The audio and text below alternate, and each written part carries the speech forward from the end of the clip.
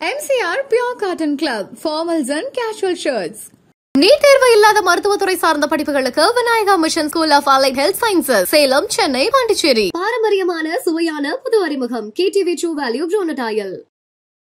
அதுக்கே எந்த பிரச்சனை வந்தாலும் அவங்க விவசாயிங்கிற இணையாண்டி அந்த பையனுக்காண்டி விடுங்கிற மாதிரியே வந்துடும். இப்போ நான் ஏதோ ரொம்ப மீடியால நான் வந்து தப்பு பண்ற மாதிரி இந்த மாதிரி ப்ரொஜெக்ட் உனக்கு தெரியல மாமா, நீ மீடியாவை பத்தி உனக்கு ஒண்ணுமே தெரியல.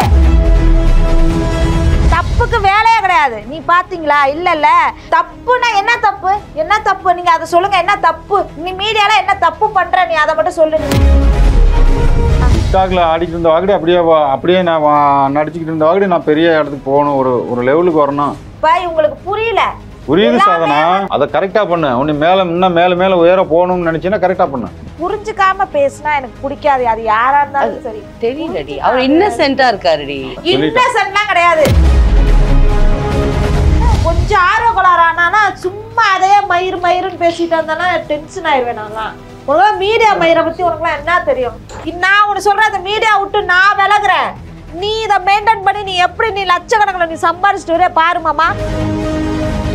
நீங்களா வந்து இப்படி மீடியா போய் ஆபீஸே காலில் போய் விழுந்துயா ஒரு சான்ஸுக்காக? உங்களுக்கு தெரியுமா அந்த கஷ்டத்தை பத்தி? நக்கல் மயிர் பண்ணிட்டு ஆயிடும். எங்க ஹனிமூன் கூட்டிட்டு போனாரு? சோளக்காட்டுக்குள்ள தான் கூட்டிட்டு போனாங்க. என்னை அதிகமா பேச வச்சுன்னா நான் தேவையில்லாம பேசிடுவேன். நான் நீங்க விவசாயத்துல எவ்வளோ சம்பாதிக்கிறீங்க, யூடியூப்ல எவ்வளோ சம்பாதிக்கிறீங்க? அதெல்லாம் முன்னாடி கூட நான் ஒரு 10-30 ரூபா நான் அப்படிலாம் சம்பாரிச்சேன். மேக்ஸிமம் 30-35 அந்த வரைக்கும் நான் சம்பாரிச்சேன். இடையில நான் வந்து கண்டென்ட்டு அந்த மாதிரி எதுவும் போடல. நிறைய வைலன்ஸு அது மாதிரி எல்லாம் ஸ்டாப் ஆயிடுச்சு. அதனால வந்து எனக்கு வந்து வருமானங்கிறது இப்போ இல்லை. இப்போ நான் மறுபடியும் ஸ்டார்ட் பண்ணிட்டு இருக்கேன். மேக்ஸிமம் எனக்கு வந்து ஒரு 10 ரூபா, 20 ரூபா, 25 ரூபா வரைக்கும் நான் எடுப்பேன். அவ்வளோதான். விவசாயம் நான் ஒரு பார்க்க போனால் ஒரு 2.5 லட்ச ரூபா, வருஷத்துக்கு ஒரு 2.5-3 லட்ச ரூபா எடுப்பார் அவர் விவசாயத்தில். அது இல்லாமல் என் உழைப்பில் எல்லாரும் வயிறார சாப்பிட்றாங்க. அவர் நெல் அறுத்துட்டு வந்து கொண்டாந்து கொட்டினா அவர் விதைச்ச நெல் வந்து பார்த்தீங்கன்னா சாப்பாட்டுக்குன்னே எங்கள் தங்கச்சிங்க ஒரு 10 மூட்டை எடுப்பாங்க, எங்கள் சித்திங்க எடுப்பாங்க, மற்ற ஆளுங்க அவங்களும் நெல் வியாபாரி. இயற்கை சீற்றத்தை தாண்டி அது வந்தா இயற்கை சீற்றத்தில் அடிச்சா ஒரு செகண்ட் தான். ஆனால் நிறைய தடவை லாஸ் ஆயிடுச்சு. நிறைய தடவை ஒன்று கூட இல்லாமல் ரொம்ப நொந்து ரொம்ப அடிமட்டத்துக்கு கீழெல்லாம் போயிட்டேன். ரொம்ப லாஸ்ட்ல நாங்களாம் போயிட்டோம். நிறைய ரொம்ப கடன் வாங்கி கடனுக்கு பதில் சொல்ல முடியாம, இவங்களுக்கு சொல்ல முடியாம, உழுதவனுக்கு சொல்ல முடியாம ரொம்ப கஷ்டமெல்லாம் பட்டிருக்கேன். ஆனால் அது பட்டு மறுபடியும் பண்ணிக்கிட்டு தான் இருக்கேன். வேலை நமக்கு அதுதானே நம்ம வேலை. ஆமா, பண்ணிக்கிட்டே தான் இருக்கு. நம்ம ஒரு படம் நடிக்கிறோம், திடீர்னு ஹிட் ஆகுது, திடீர்னு ஒரு படம் ஃப்ளாப் ஆகுது, என்ன பண்ண முடியும்? அதுக்காக மீடியாவிலே இருக்கிறதோ இதுக்கு கொஞ்சம் ஒன்றும் அதிகாரி இருக்கிறதே நான் விவசாயம் பண்றதுனால தான் அதுக்கு நம்ம அதிகாரி. கண்டிப்பா ஆமா, அது நீ ஒத்துக்கிறல்ல? கண்டிப்பா. அதுக்கே எந்த பிரச்சனை வந்தாலும் அவங்க விவசாயிங்கிற இணையாண்டி அந்த பையனுக்காண்டி விடுங்கிற மாதிரியே வந்துடும். மாமா நான் அவ்வளவு பெரிய தப்பு மாமா, அதெல்லாம் எனக்கு புரியுது. இப்ப நான் ஏதோ ரொம்ப மீடியால நான் வந்து தப்பு பண்ற மாதிரி இந்த மாதிரி உனக்கு தெரியல மாமா. நீ மீடியாவை பத்தி உனக்கு ஒண்ணுமே தெரியல.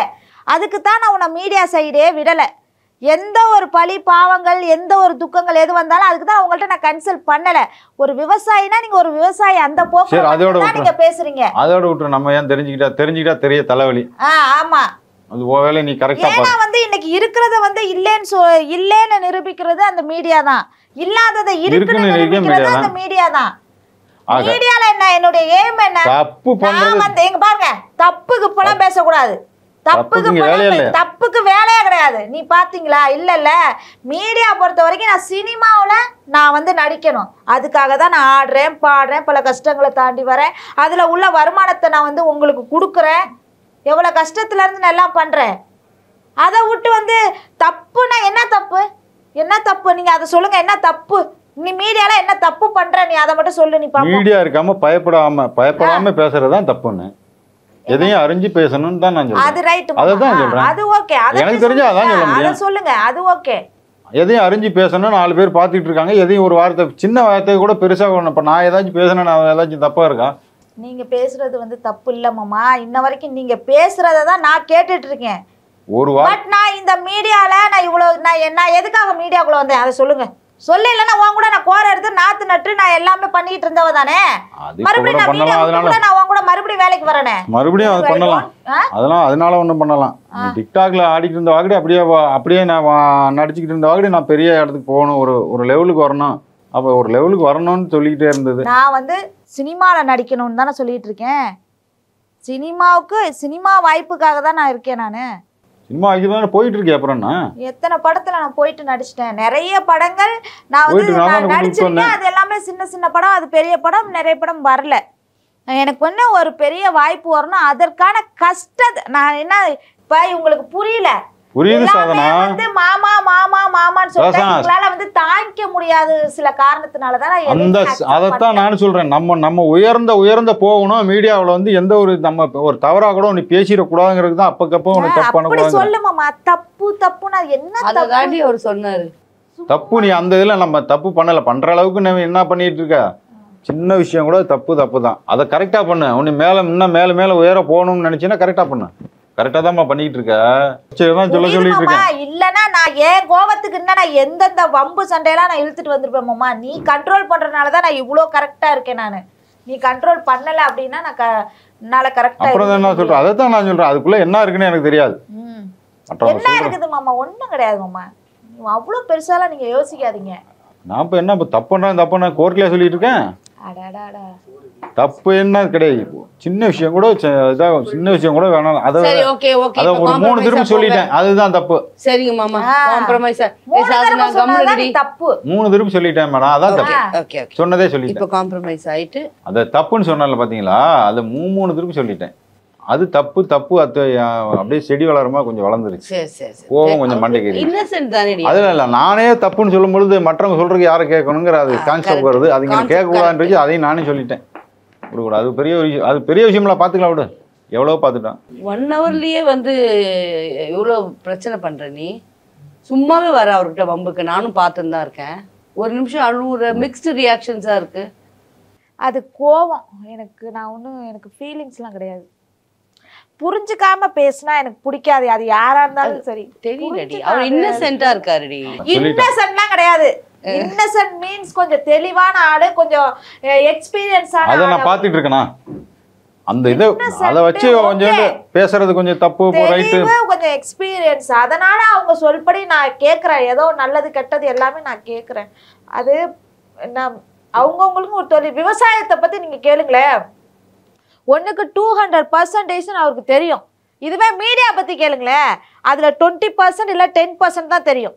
அப்ப நம்ம தெரிஞ்சுக்கிட்டு தான் எதா இருந்தாலும் பேசணும். அதனால அவங்கவுங்க வேலை, அவங்கவுங்க டிபார்ட்மெண்ட்ல என்ன இருக்கோ அதுதான் அவங்கவுங்களுக்கு தெரியும். தெரியாத நம்ம பேசக்கூடாது இல்ல. நம்ம சரி கண்ணு தொடச்சுக்கோ. கொஞ்சம் ஆர்வ கோளாறானா சும்மா அதையே மயிருன்னு பேசிட்டு இருந்தானா டென்ஷன் ஆயிடுவேன். நான்லாம் உனக்கு மீடியா மயிரை பத்தி உனக்குலாம் என்ன தெரியும்? நான் உனக்கு சொல்றேன், அந்த மீடியா விட்டு நான் விலகுறேன். நீ இதை மெயின்டைன் பண்ணி நீ எப்படி நீ லட்சக்கணக்கில் நீ சம்பாதிச்சுட்டு பாரு மாமா. நான் விவசாயம் பண்ண போறேன், நீ மீடியாக்கு போ. நீ வந்து இல்லாம நான் இல்ல அதுதான் சொல்றேன். அப்ப தெரிஞ்சா அவங்கவுங்களுக்கு என்ன வேலை தெரியுதோ அதை விட்டுறணும். அவங்கவுங்களுக்கு ஒரு ஆசை இருக்குல்ல. அப்போ உனக்கு விவசாயம் பண்றேன்னு ஒரு ஆசை இருக்கு, அது போறேன். எனக்கு சினிமால நான் நடிக்கணும், நான் ஜெயிக்கணும்.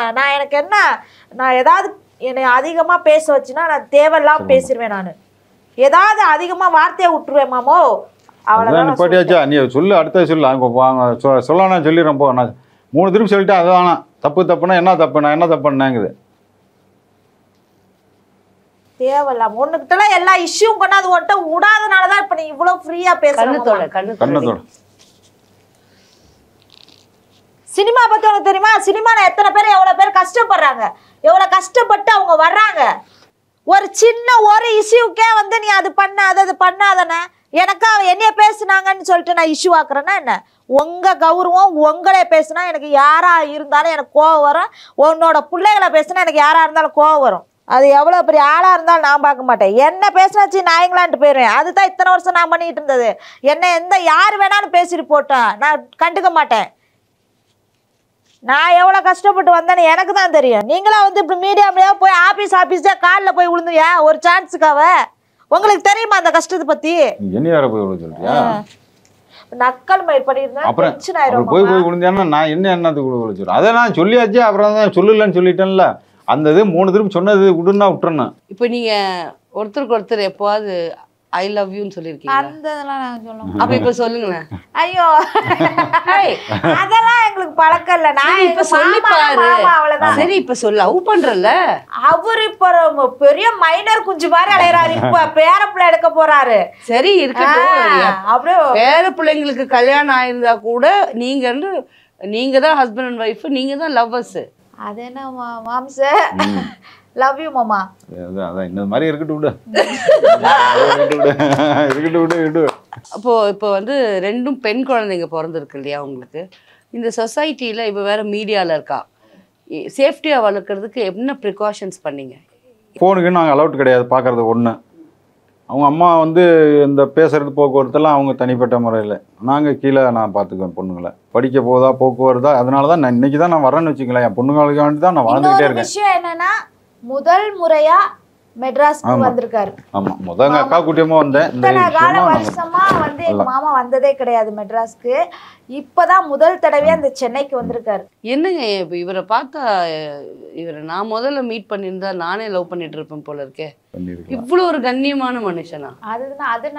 அதனாலதான் அவரை சொன்னா எனக்கு. அப்ப எனக்கு புரியுது, நீ எந்த இதுலயுமே நீ அவரை பத்தி விட்டு கொடுத்து பேசுனதுல நீ உங்க ஹஸ்பண்டுக்கு கிஃப்ட் வாங்கி கொடுத்துருக்கியா? கிஃப்ட்ங்கிறது வந்து பாத்தீங்கன்னா அதுதான் எங்க மாமா வந்து ரொம்ப வருஷமா வந்து கேட்டுட்டே இருந்தாரு. அதனால வந்து எங்க மாமாவுக்கு வந்து இந்த மோதிரம் வந்து நான் வந்து சர்ப்ரைஸா போய் வாங்கி கொடுத்தேன். பிரமிப்பாலாம் எதுவும் இல்லை, சும்மா சர்ப்ரைஸா மாமா வாங்க கடைக்கு போகலாம் அப்படின்னு. மாமா எனக்கு ஏதோ ஒன்று எடுக்கணும் மாமா, வாமா மனசு கூட்டி போய் மாமாவுக்கு எடுத்து கொடுத்தேன். அப்புறம் இன்னொரு விஷயம் வந்துன்னா, எதிர்பார்க்காம இவர் வந்து எந்த ஒரு ஆபரணமும் போட மாட்டாரு. ஆனால் நான் அவர் போட்டுக்கணும்னு ஆசை. ஆனால் தன் பிள்ளைகள் இருக்கனால அவர் வந்து சங்கடப்பட்டுக்கிட்டு போட மாட்டார். பிள்ளைங்க இருக்கு நம்மளுக்குலாம் எதுக்கு, அப்படிதான் பேசுவார் எப்போதுமே. இப்போ ஃபர்ஸ்ட் பாப்பாக்கு அவங்க பாப்பாவோட ஹஸ்பண்ட் என்ன பண்றாங்க? அவங்க வந்து நம்ம லோக்கல்லே டிரைவர். அந்த ஜேசிபி டிரைவர். அந்த பையன் படிச்சுக்கிட்டு இருந்தான். என் தம்பியோட மச்சினை, சொந்த மச்சினை. தம்பியோட வைஃப், அதுக்கு வைஃபோட தம்பி. ஆமா, எனக்கும் மச்சினை தான் வேணும். அவனுக்கு தாய் தப்பம் இல்லை, சின்ன வயசுல அவங்க இறந்துட்டாங்க உடம்பு சரியில்லாம. அவங்க அண்ணன் தம்பிலாம் இருக்காங்க, அவங்க இருக்காங்க. அவங்களாம் பெரிய ஃபேமிலி, நம்மள மாதிரி பெரிய ஃபேமிலி. அந்த பையன் கடைசியில் சின்ன வயசுலாம் இல்லை, அங்கேயே நம்ம வீட்டுக்கிட்டே அங்கனே சுற்றிக்கிட்டே அப்படியே அங்கனே அவங்க அக்கா வளர்ப்பிலே வளர்த்துக்கிட்டு இருந்ததுனால அவங்க அக்கா வண்டி ஓட்டிக்கிட்டு சேசிப்பு ஓட்டிக்கிட்டு இருந்தாலே எந்த கெட்ட பழக்கம் இல்லை. மெயினாக கொடுத்த காரணம் அதுதான். இன்னைக்கு நினைஞ்சல வசதி வம்பு வாய்ப்பு எதையும் நான் பார்க்கல. என் பொண்ணு வந்து அந்த பையன் எந்த கெட்ட பழக்கம் கிடையாது, அதுக்காண்டி கொடுத்துருக்கேன் மேடம். இருக்காங்க. இன்னைக்கு வந்து எனக்கு பையன் இல்லைன்னு ஒரு ஏக்கம் போயிடுச்சு எங்களுக்கு. நான் அதுதான் கேட்கலான்னு இருந்தேன் உங்களுக்கு. ஃபர்ஸ்ட் இதை முடிச்சிடுறேன். இப்போ அவங்க எங்க தனியா வீடு எடுத்திருக்காங்களா இல்ல உங்களோட இருக்காங்க? இல்ல நாங்களே வச்சுக்கிட்டோம். ஜாயிண்டோட ஃபேமிலியா அது ஒரு போயிட்டோம். இடம் கிடக்குல ஆளுக்கு ஒரு மலையில படுத்துக்கலாம் விடுங்க. ஒன்னாதான் எல்லாம் படுத்துக்குவோம். ஏங்க நாங்க இவ்வளோட சின்ன ஹோட்டல் வீட்லயே நாங்க கொயன்னு படுத்துருக்கோம். எல்லாம் ஒன்னாதான். சரி, ஒண்ணுக்கு ஒரு மாடி மேலே எடுத்திருக்கோம். எங்களுக்கு என்ன ஒரு ஆசைனா நிறைஞ்சு இருக்கணும். பிள்ளைங்க எல்லாம் விளையாட எப்பவும் கத்திட்டு தான் மேடம் இருக்கும். எப்பவுமே 2 பெண் குழந்தைங்களா பிறந்துட்டாங்க, நமக்குன்னு ஒரு பையன் இல்லையே. எனக்கு பையன் இல்லை, நான் ரொம்ப வருத்தப்பட்டேன். நான் படல, அது அவரு படல, ஆனா நான் வருத்தப்பட்டேன். இப்ப எனக்கு கவலை இல்லை. ஏன்னா மருமக எனக்கு பெரிய மவன் மாதிரி. அது கீழே எங்க அனு, அது கீழே எங்க அபி. விரட்டினாலும் 3 பேர், திட்டினாலும் ஒரே பாடி. அது இந்த ஒரு வருஷமா இதை கல்யாணம் பண்ணி கொடுத்ததுல இருந்து இப்ப அப்படி திட்டுறது எல்லாம் ஒண்ணா. ஆமா, சாப்பிடலன்னா 3 பேரும் தான் வந்து சாப்பிடணும். விளையாண்டாலும் எல்லாம் விளையாடுங்க. ஒவ்வொரு குச்சி எடுத்தனா 3மே உள்ளார போகும். கல்யாணம் பண்ணி கொடுத்துட்டு குச்சி எடுத்தனா உள்ள போகும். ஆமா, இன்னும் விளையாடுதான் இருக்காங்களா? ஆமா, என் மருமக பிள்ளையும், என் மருமகனும் விளையாடுறான், என் மகளும் விளையாடுது, என் சின்னம்மா விளையாடுது, பேர பிள்ளைங்களோட எல்லாமே விளையாண்டுட்டு தான் இருக்குங்க. சோறுத்திங்க நான் குச்சி எடுத்து விரட்டினாதான் 3 பேரும் போவாங்க, 5 பேரும் போவாங்க ரூம்குள்ள. இல்ல அது வரைக்கும் இதாகாதுங்க. சின்ன பிள்ளை, அதனால நானே வச்சுக்கிட்டேன். அதனால எல்லாம் கொஞ்சம் இதாகட்டும் அப்படின்னு. அந்த காலத்துல உங்களுக்கு கல்யாணம் ஆனதுக்கு அப்புறமா எங்க ஹனிமூன் கூட்டிட்டு போனாரு? என்னடி சோளக்காட்டுக்குள்ளதான் கூட்டிட்டு போனாங்க. ஹனிமூனுக்கு எங்க கூட்டி போனாங்க? சோளக்காட்டுல தான் கூட்டி போனாங்க. அருவேல மாமா, உனக்கெல்லாம் கொஞ்சம் அது மாமா தப்பா கிடையாது. இல்ல, எங்க கூட்டிட்டு போனா நீங்க அதை சொன்னீங்க. ஆமா, என்னத்த பார்த்தா இத்தனை வருஷம் ஆகுது, நான் ஒரு தியேட்டருக்கு எங்க மாமா என்னெல்லாம் கூட்டி போனது கிடையாது. அம்மா தியேட்டர் இல்ல மேடம், அங்க எல்லாம் கூட்டிட்டு போயிருக்க மாட்டான். மேல வந்து தியேட்டர் இல்ல, அங்க திருச்சியில இந்த எவ்வளவு கல்யாணம் பண்ணி தியேட்டர் மூடிட்டாங்க. இப்ப எல்லாம் ஒரு ஹனிமூன் போனா நீங்க மொத்தமா போனாலும் அதுல தனிமையா போய் என்னதான் பண்றாங்க, என்ன பண்றதுன்ட்டு. MCR Pure Cotton Club, formals and casual shirts. NEET தேர்வு இல்லாத மருத்துவத்துறை சார்ந்த படிப்புகளுக்கு Vinayaka mission school of allied health sciences, Salem, Chennai, Pondicherry. பாரம்பரியமான சுவையான புது அறிமுகம் KTV True Value Bronadile.